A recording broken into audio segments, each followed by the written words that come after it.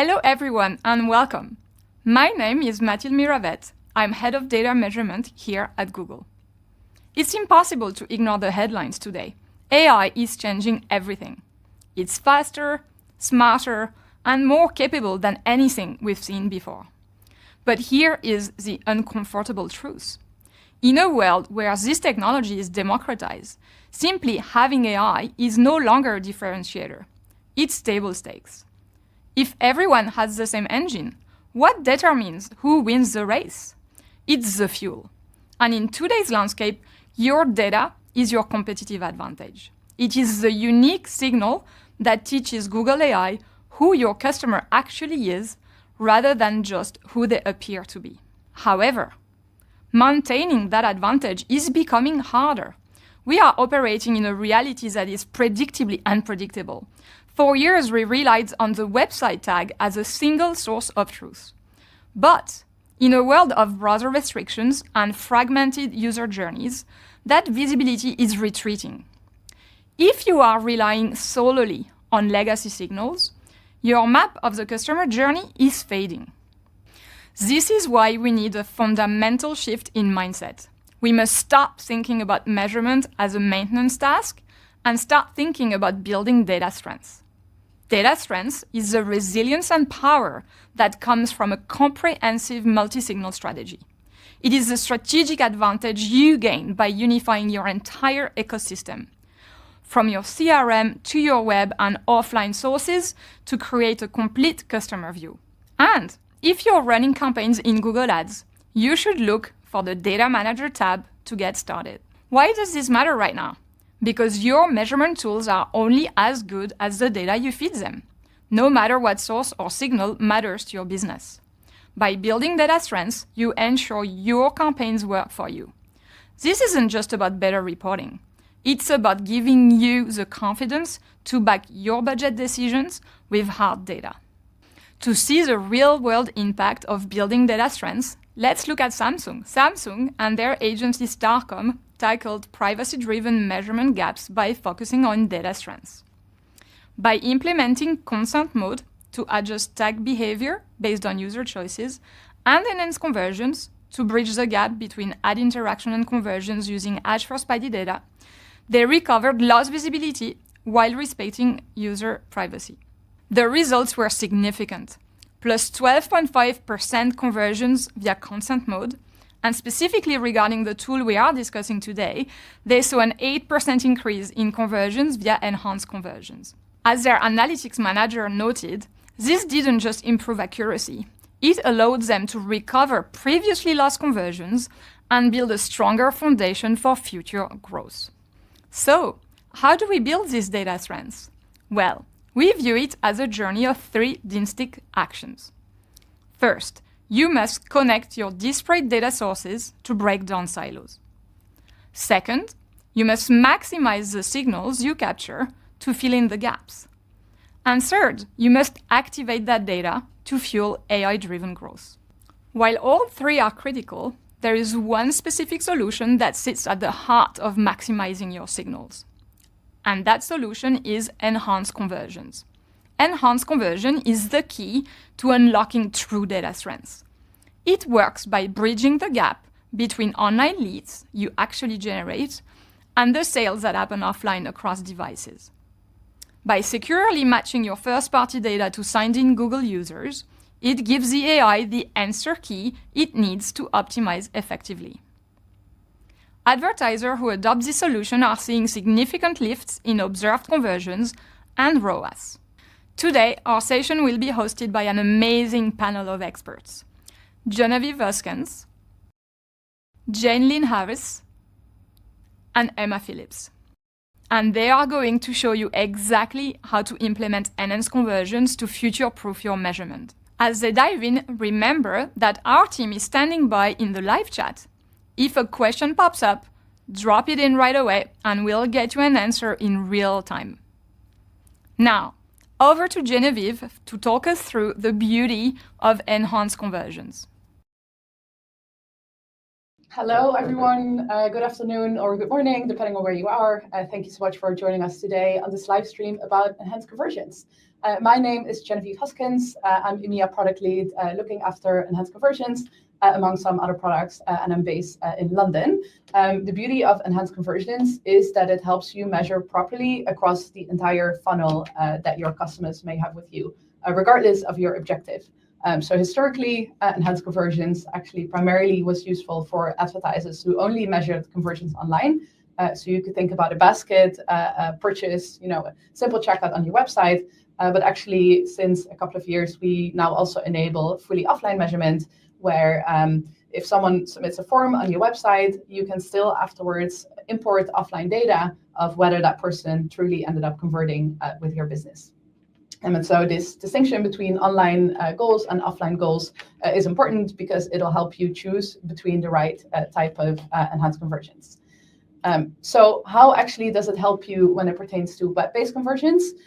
So let me walk first through how enhanced conversions work, and then I'll tell you how this actually helps your business.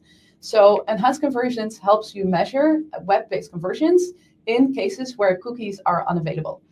So cookies were first created, I believe, in 1995. It's quite an old technology that used to help us measure how someone went from an ad click to a conversion on your website. So if someone would buy something, we would be able to use a cookie to look up which ad click someone came from. And this would help you tell whether your campaigns achieved their objective, so whether someone purchased something, but it would also help us optimize because to bidding, understanding whether someone did something important after clicking on an ad is, of course, a really critical information. Now, how does enhanced conversions for web work? Rather than using a cookie to measure the path between the ad click and the conversion, with enhanced conversions, you capture user-provided data on your website, and there's a few different ways to go about that. You share that user data with us. This data is hashed, and I'll actually tell you a bit more about that in a minute. And we then look up whether this hash user data, whether we saw this originate from an ad click. So again, it's a similar function to a cookie, but the technical way that we go about this is a bit different. And this actually means that we can use this technology in cases where cookies don't work. And there's multiple browser limitations or user limitations to why cookies wouldn't work. So a good example of this, for instance, would be if users move between devices. That's something where, of course, cookies don't kick in because they don't share between browsers or devices. So that's a good example. Engaged view conversions rely on third-party cookies. And while those still work on Chrome, those are largely not supported on non-Chrome browsers. And then there's also some browser restrictions in some cases that limit how long an ad cookie can stay alive. So on Safari, for instance, if someone converts outside of a 24-hour window, meaning yesterday at 11 a.m. they searched, clicked on an ad, and then today at 12 they actually end up buying something, we already lose the cookie in that case. And so you, of course, see a conversion happen on your website, but we actually are not able to tell that that conversion was driven by Google Ads, and if so, which specific campaign that came from. So again, that limits your ability to count correctly, but it also limits your ability to optimize based on that data. So why exactly is this helpful? And I see actually some advertisers think about this wrong. Some advertisers think that enhanced conversions is primarily helpful, again, because it helps us count correctly. And that's true. When you use enhanced conversions, you tend to observe slightly more conversions than you would without enhanced conversions, again, because there are many cases already today where cookies don't work. And that's important that you count correctly, because, of course, you want to make smart decisions on which campaigns to put your budget in and how much budget to allocate to Google overall.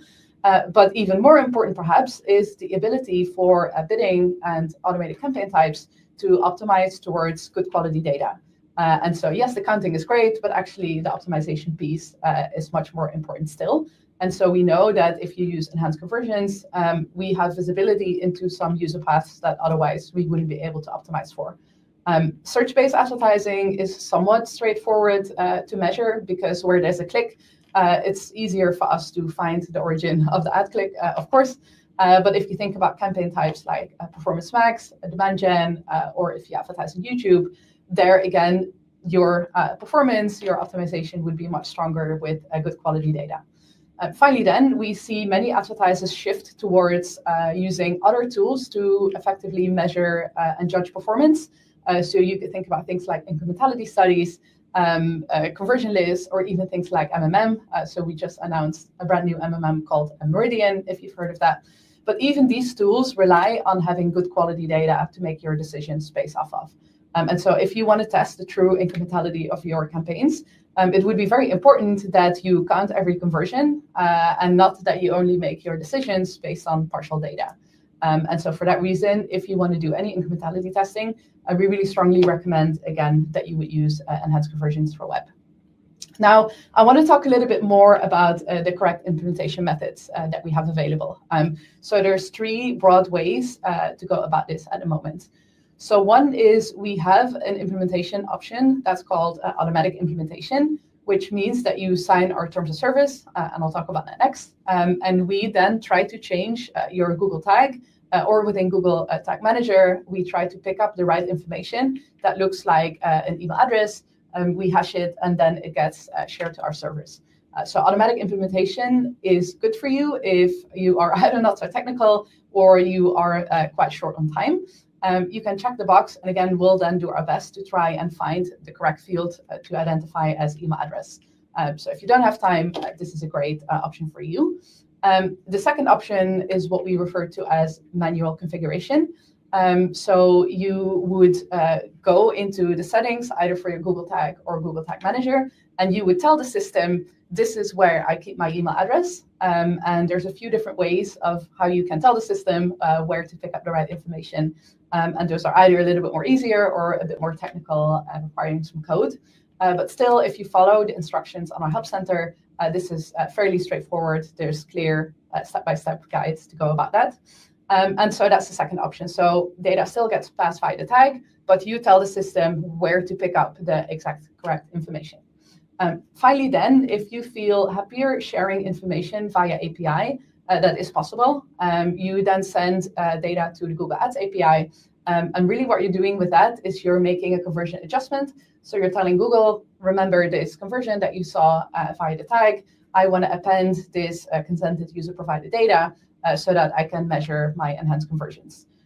This is the most difficult version to set up. It does tend to require a bit more developer resource, but because it's fully server to server, some advertisers would feel more comfortable sharing data that way. Now, when we talk about data sharing, of course, it's very important to us that we handle this very safely. And you, especially if you're based in the EU, also have a regulatory duty to know how exactly data is shared. So I want to walk you through how we process data and then the options that you have available. So firstly, the data originates from your website environment. And then, as I just highlighted, there's 2 key ways that you can choose to pass data to us. So either data is passed via your Google Tag, which can be the Google Tag directly or configured via Google Tag Manager, or you send the data to us via API. Regardless of which of these 2 you choose, data is always hashed before it reaches our servers. And this hashing algorithm that we use is called SHA-256. And that's a one-way irreversible hashing mechanism. So that means that if someone were to intercept the traffic between your website and Google, although they might then find the hash data, this is not something that can be reverse engineered. Now, as it pertains to the tag, and this is where things get a little bit complicated, you have 2 options. If you don't hash data yourself, we will hash it for you before it ever reaches our servers. If you prefer, you can hash your own data. And so on the Help Center, you'll find a bit more detail about this. But regardless, and this is really critical, no unhashed data ever reaches Google servers. Now, the data that you can choose to share is one of 3 parameters. So you can share email addresses, you can share phone numbers, and you can share physical address. We strongly recommend that you always use email address as a base, because that's where we tend to see the highest match rates. We do also allow you to send phone numbers, and if you want, you can also only use phone numbers. So if your business relies solely on just using phone numbers, again, you can just send those, and the match rate won't be as high as using email, but we can still find a decent number of extra conversions for you. Now, what's very important to keep in mind is that we only, firstly, match against Google signed in users. And so a user needs to have a Google account, which doesn't have to be Gmail, but they need to be logged in with us, either via YouTube or some other Google service. And then secondly, we only match your hash data against our own hash data. And so that's the part that happens in the middle. What we then try to do is we see if the data that you sent us, if we find that this user was signed in, and if so, if we can attribute your conversion to an ad click. So that's the first process that happens. If we see that we do not find a match, so either a user wasn't signed in or there was no ad click, we immediately start deleting the user data that you send us. Even if we find a match, the user data itself is deleted, and that process completes within about 20 days. And all that's left would be the matched ad clicks and the conversions. And these then go into 3 buckets, and that's where the beauty of enhanced conversions or the value kicks in. They go into our conversion measurement and modeling, so how we count for you. They go into bidding, so the way we optimize the bids for your campaigns. And if you use them, they go into incrementality studies. So those are the exact 3 ways that we use enhanced conversions data, and all of those together reflect the total reported conversions in Google Ads. Finally, then, and this is, again, mostly relevant to the EU audience, but I want to talk a little bit about our designation under the EU and UK GDPR. So enhanced conversions is a processor service. So Google is only the processor of your data, and you are the controller. Now, what that means, and I get a lot of questions about this from European advertisers, is that means that we can only process the data that you share with us for you and on behalf of your specific instructions. I sometimes hear some advertisers fear that we use enhanced conversions data from multiple advertisers to maybe build up profiles of what a certain user buys across multiple websites so that we could target better. But that is not what we do. We are legally obliged to only use this data in the way that you tell us to, which I think gives a lot of advertisers more confidence that this is right for their business. So again, we only use enhanced conversions to provide measurement for your business. It's up to you to decide whether and then how you want to use enhanced conversions. It's also up to you to ensure that you comply with our policies. And so as you go through your legal reviews, definitely check out the enhanced conversions user data policy, which is linked on here, but you can also find it on Google if you search for Google user data policy. That will tell you exactly what we expect from you. And then finally, the Google Ads data processing terms apply as well. So I know that was a bit less technical, a bit more legal, but hopefully that gave you a good sense of how we treat your data. It's actually very similar for enhanced conversions for leads, except there's a second import, which is the truly offline data, which we treat in a very similar way as what I just outlined. So with that, let me pass it over to Jane, who will walk you through enhanced conversions for leads. Thank you, Jen. And hi, everyone. I'm Jane. I'm the Global Product Lead on Enhanced Conversions for Leads. And we're going to talk a little bit about how Enhanced Conversions for Leads can help you measure your offline conversions. So ECL is designed to help you bring in your offline, deeper funnel data, such as a qualified or a converted lead. Ultimately, we know that advertisers who optimize for deeper funnel conversions see higher quality leads, which is why we're so excited to talk to you a bit more in depth about enhanced conversions for leads and how it can really improve the accuracy of your conversion measurement. I also want to note that enhanced conversions for leads is an upgraded version of offline conversion import. What it does, it supplements the imported offline conversion data with user-provided data, such as an email address, to improve accuracy and bidding. And so I'm sure many of you on today's call have heard of offline conversion import, or you're using it today. And historically, this has been the hero product to track those deeper funnel conversion actions. Yet standard offline conversion import is limited by solely relying on one identifier, and this is the Google Click ID or the gCLID. And in certain instances, such as on Safari private browsing mode, that gCLID is blocked, which leads to gaps in your measurement. So as you can see in this image, when the gCLID is blocked, we can no longer tie the conversion back to the ad, which is why it's so important to use enhanced conversions for leads to bolster your offline measurement with durable identifiers such as PII or user-provided data to ultimately fill those gaps. Okay, so how does this work exactly? And I think just taking a step back, it's very, very similar to how enhanced conversions for web works. But as I mentioned, it's also very similar to standard offline conversion import that relies on that user provided data, such as an email or a tag. So just walking you through the steps of how this works, a user clicks on an ad after they arrive on your site. They read about your product or service. That user ends up filling in a form on your site and they become a lead for your business. Your website tag sends Google the Google Click ID and the hashed lead information, such as a hashed email address, but ultimately it's up to you and what you specify. But as Jen mentioned, we strongly recommend sending an email address. Then that gets stored in your CRM. And when that lead ultimately converts, so let's say they become a customer, you upload the Gclid and hash lead information, like that hashed email, and Google matches the tag data and the hashed information back to the ad that drove them to become a lead in the first place. So, like I said, very, very similar to enhanced conversions for web when it comes to the matching, and also very similar to standard offline conversion import, where you're going through the motion of importing your offline data and sending it back to Google to be able to really optimize for those deeper funnel conversion actions like a qualified or a converted lead. And so how does this actually come to life? And I like to think about this in building blocks. These are the different components that make up the enhanced conversions for lead product. So if we start at the top, the tag ultimately does the work for you, which is why it's so important. It will actually capture the Google Click ID and the user provided data on behalf of you. So it's doing the work. And it measures the touch points to capture that full customer journey. And then ECL relies on identifiers such as the Google Click ID. So if you're already sending it today, if you're using standard offline conversion import, we strongly recommend that you continue to do so. Or if you're setting up enhanced conversions for leads for the first time, like I mentioned, if you use a tag, this will be done on behalf of you and it ultimately saves you a lot of time. And then lastly, user provided data.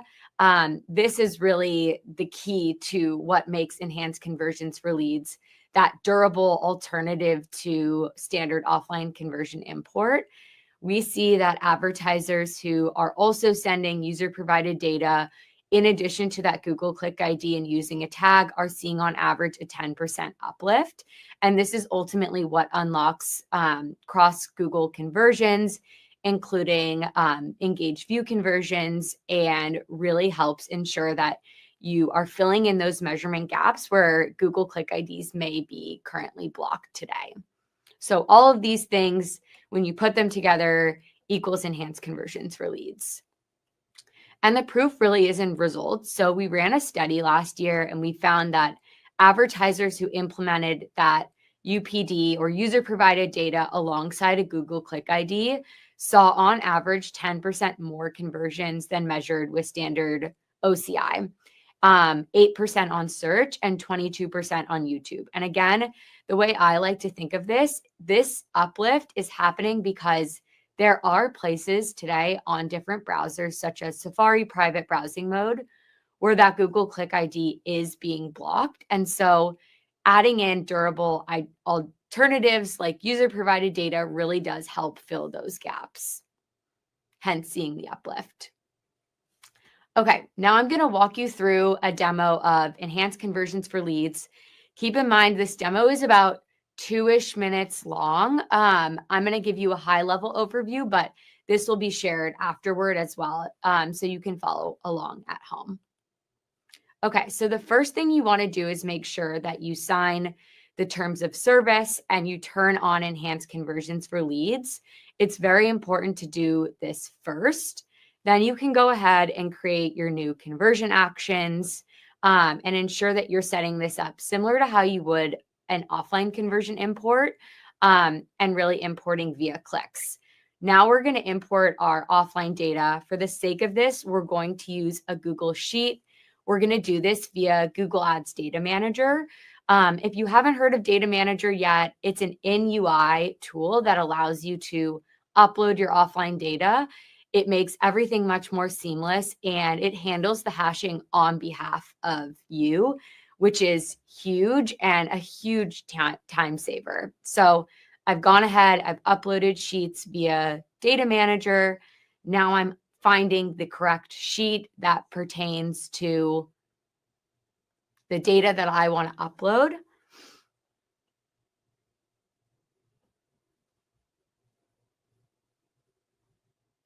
And now you can see I'm matching the fields back to the different fields that exist in my Google Sheet. So you can see there's user provided data here. There's a Google Click ID. Here's how the hashing works on the right-hand side. It's all done on behalf of you. And again, this just makes things super seamless and easy. And then you can go ahead and save that. Now that your data is set up, you can come in and find your new conversion action. Because we already set up enhanced conversions, you're all good to go.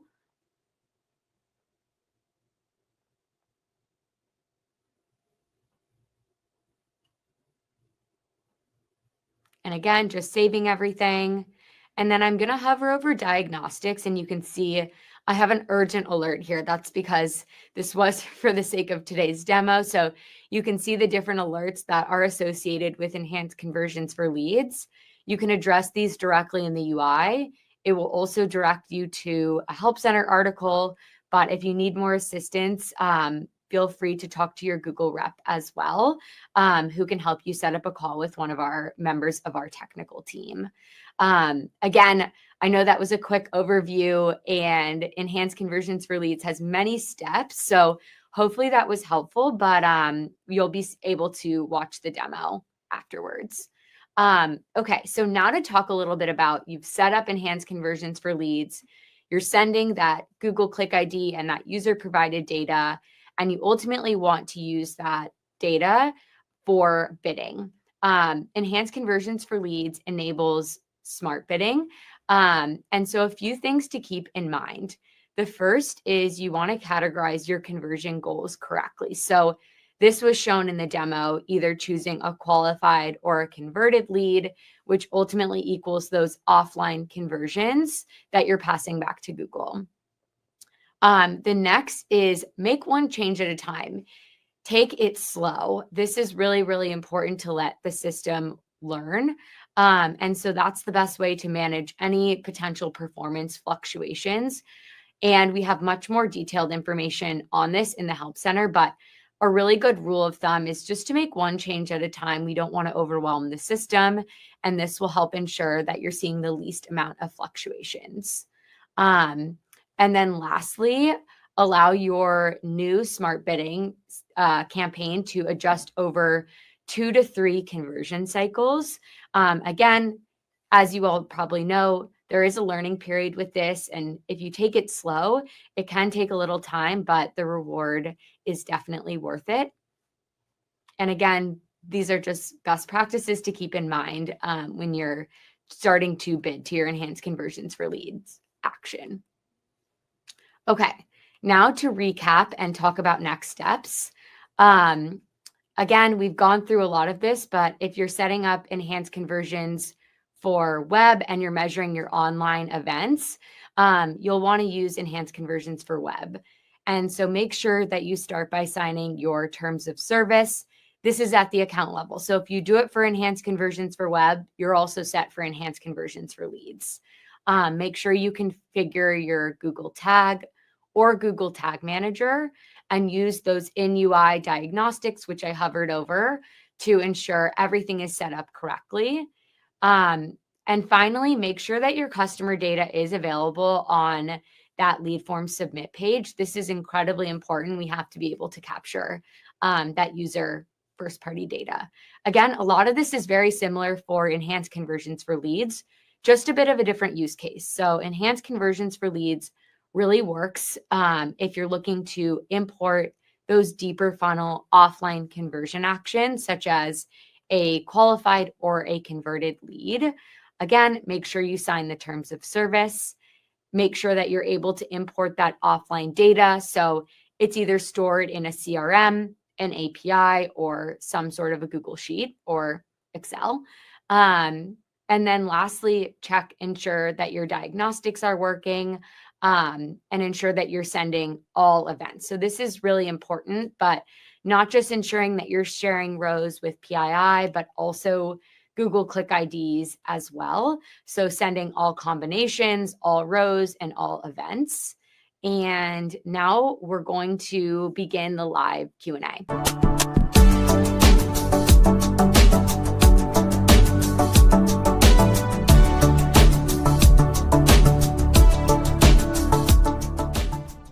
So let's start from the top. The first question that we received was, is it necessary to collect the conversion value in order to trigger enhanced conversion? So Jane is going to take this one.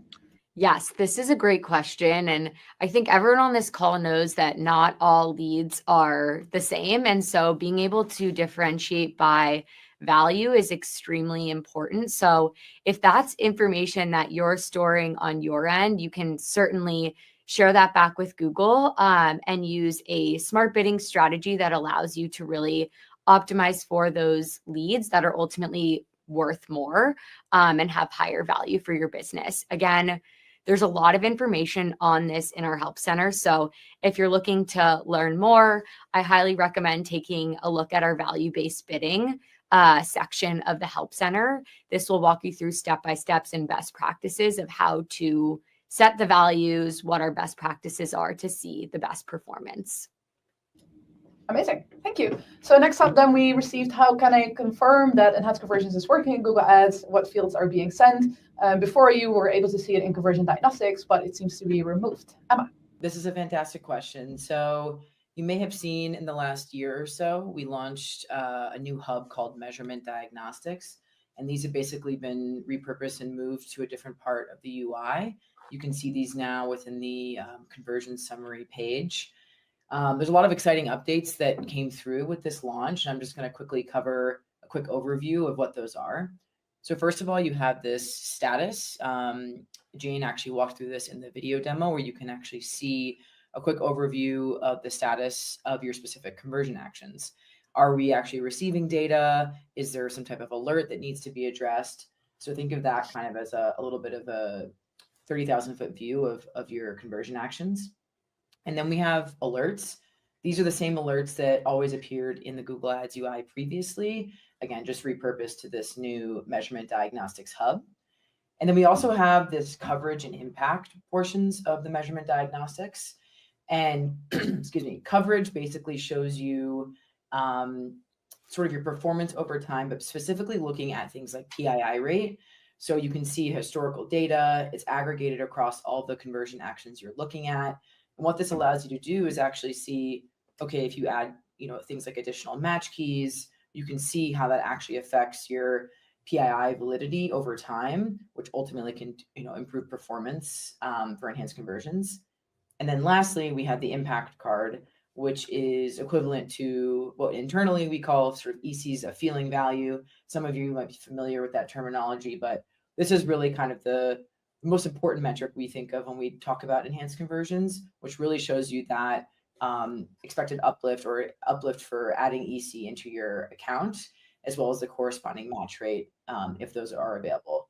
Just note that the feeling value or the specific uplift might not appear for some time. I think it takes about at least 30 days post-implementation for that data to appear. It also will disappear after a certain amount of time. So be sure that you're checking the UI after implementation to view those numbers. All right, thank you so much. Then we have another question for Emma, which is there a technology or workaround for impression/video view through conversion reporting? Definitely. So for YouTube specifically, we offer engaged view conversions, and this is how we're actually able to capture that data for YouTube specifically to use in reporting and bidding. By enabling enhanced conversions, we're actually able to capture those EVCs. And if you're unfamiliar with what engaged view conversions are, it's essentially an engagement event after a user watches at least 10 seconds of a video ad. So they don't actually need to click the ad, but need to actually view it for at least 10 seconds. So I'd say this is really the kind of equivalent that we have to a true sort of view through conversion at the moment. Potentially more updates on that in the future, but at this time, Enhanced Conversions does not support view-through conversions. All right, thank you, Emma. The next question that we received was technical, but it's a great question. When I pass a user attribute of the user in plain text and let Google Tag Manager do the hashing, I've noticed that the output, so this person would be checking Chrome Developer Tools, which I recommend. It's good to see how data is being passed on. I see that the parameter is different than the expected output of the hash. Is this expected? And the answer to this is yes, and there's a technical underlying reason for this. So SHA-256 is a one-way encryption algorithm, really. And so when this is done mathematically, what comes out is a series of ones and zeros. So this is really a binary output. There's then two ways to translate these ones and zeros into something useful that can be used. And that's what we call encoding. And there's two different ways that we encode in our products. One is called base64, and the other one is called hex. And so if you look this up, or even if you look at online tools who can generate a SHA-256 hash for you, there's usually a little drop-down menu where they ask you to choose between hash and base64 encoding. Now, if you want to hash your own data, what we sometimes call pre-hashing, we ask that you apply hex, so that the encoding method that you use is hex. However, if you let GTM or your Google tag do the hashing, for now, we actually use base64.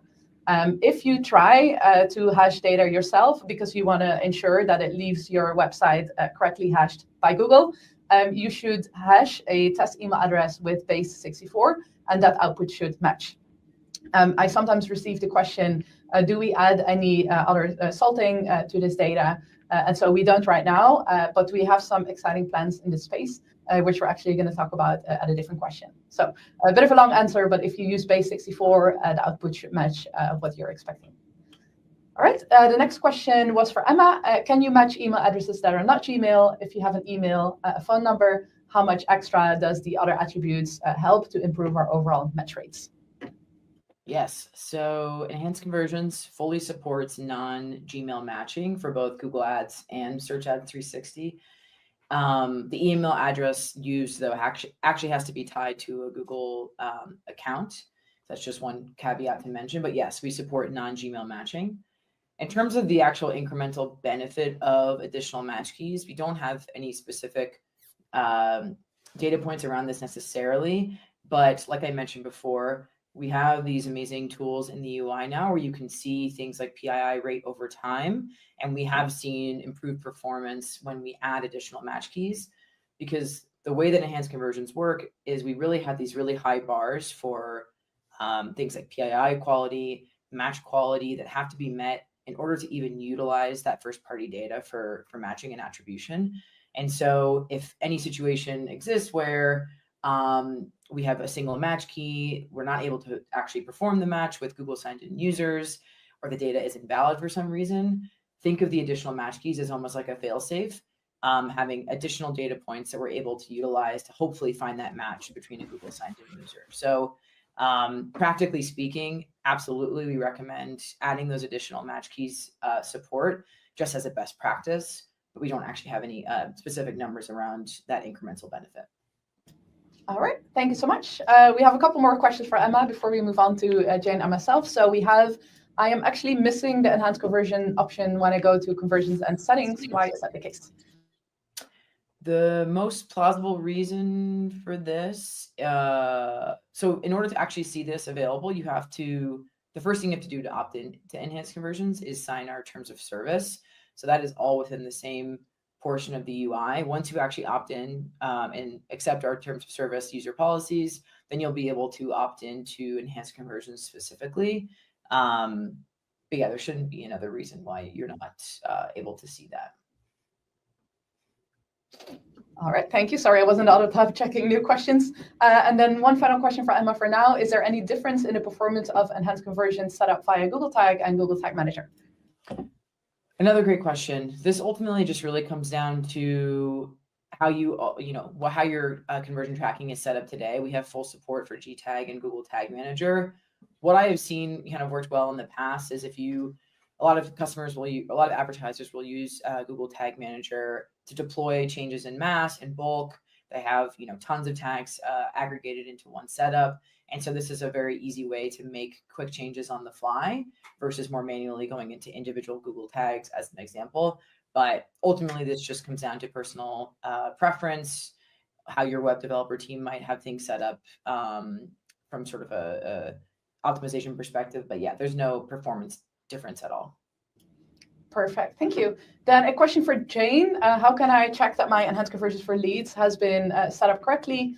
And how can I check how they're currently set up?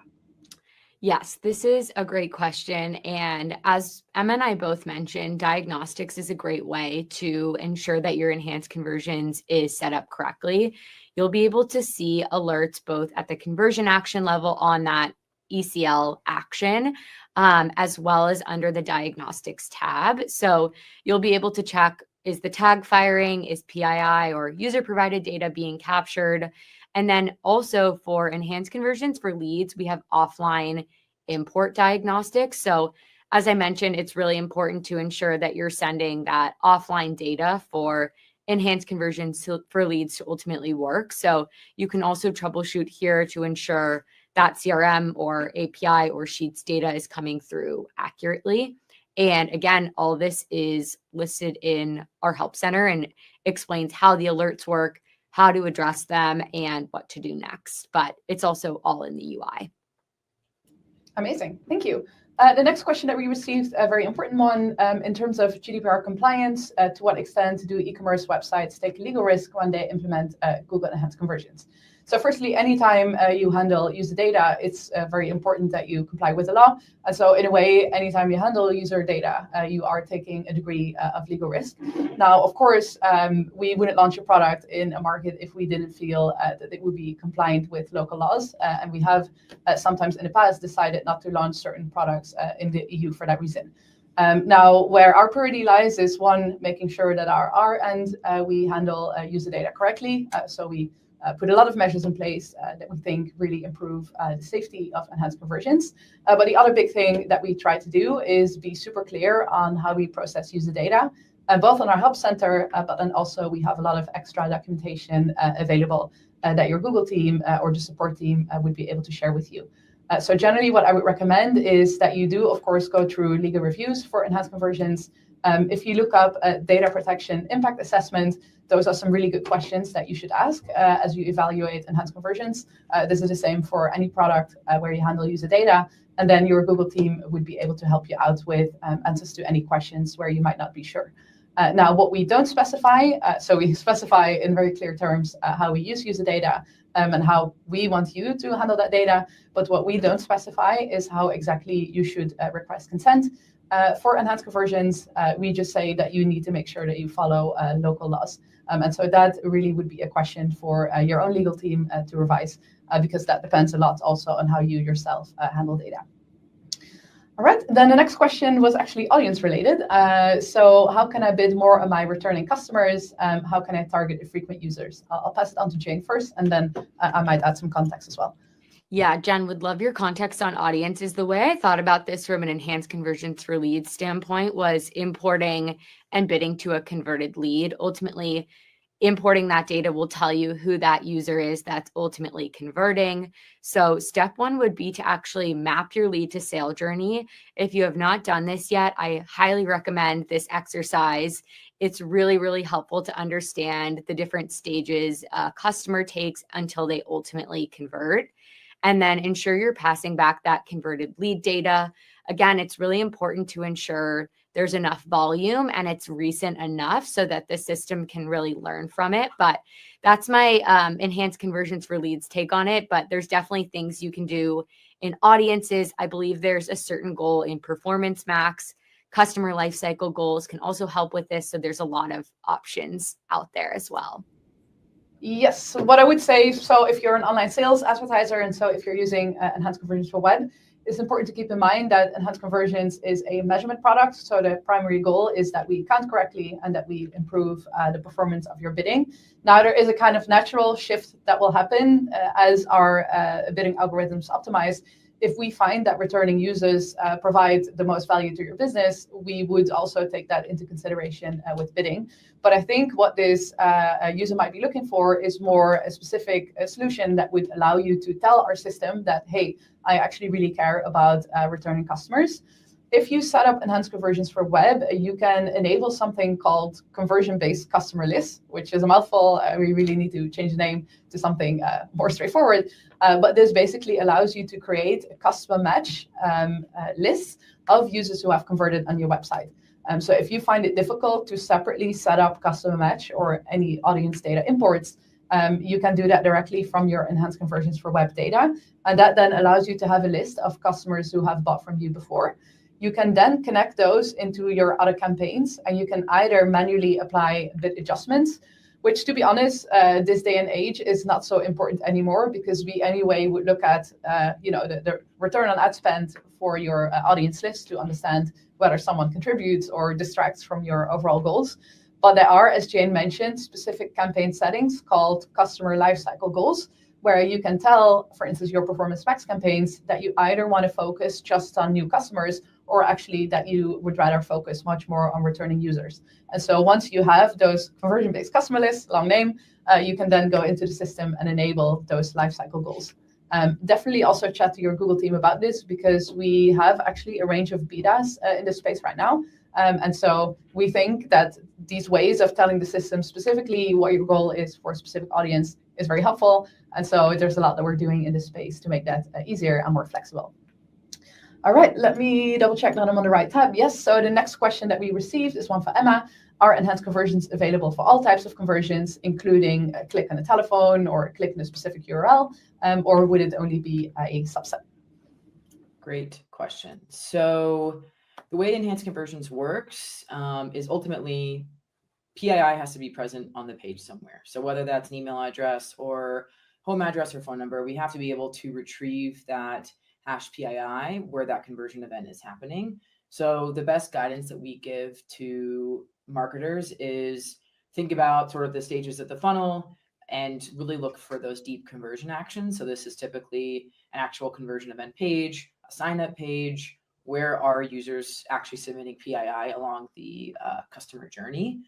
That being said, there are different, depending on how your website is configured, there can be different parts of your website, different parts of the actual customer journey where you actually might collect that PII. So there aren't specific conversion actions per se that we would omit from EC's setup. And in fact, as a best practice, we now recommend that advertisers who enable EC actually do it at the account level, which opts in all conversion actions into EC in case there are the situations where we're able to retrieve that PII. So it just kind of depends on the workflow, how your website is configured, where you're actually capturing PII.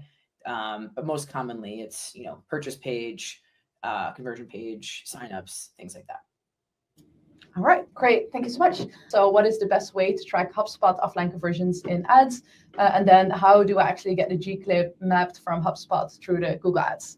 Jane, do you want to take this one? Yeah, this is a great question, and I touched on it a little bit in the presentation, but Google Ads Data Manager launched a bit ago, and HubSpot is one of the connectors that is available today.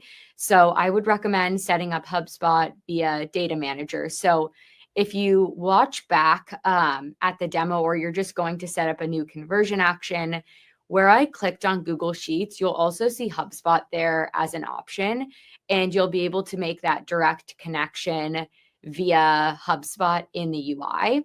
Similar to how I mapped the fields with the sheet, it included a Google Click ID, so you would be able to do the same thing via HubSpot. It makes it super easy. It's all in the UI, and will save you ultimately a lot of time because the system will handle the hashing on your behalf. Again, also, we just did a full overhaul of the external help center with steps for each connector. So you'll be able to go into the external help center as well. I believe it's linked in the UI to follow step-by-steps how to set this up, but it is meant to be pretty intuitive with Data Manager. And then again, like how to get the Gclid to HubSpot through to ads. This will be mapped via the fields once you make the connection. All right, thank you. Next question that we got was some data protection officers are refusing the ability to use enhanced conversions because SHA-256 is not compatible with GDPR rules. Can you clarify whether this protocol follows GDPR rules for EMEA region? So thank you for the question, and that's a very important question.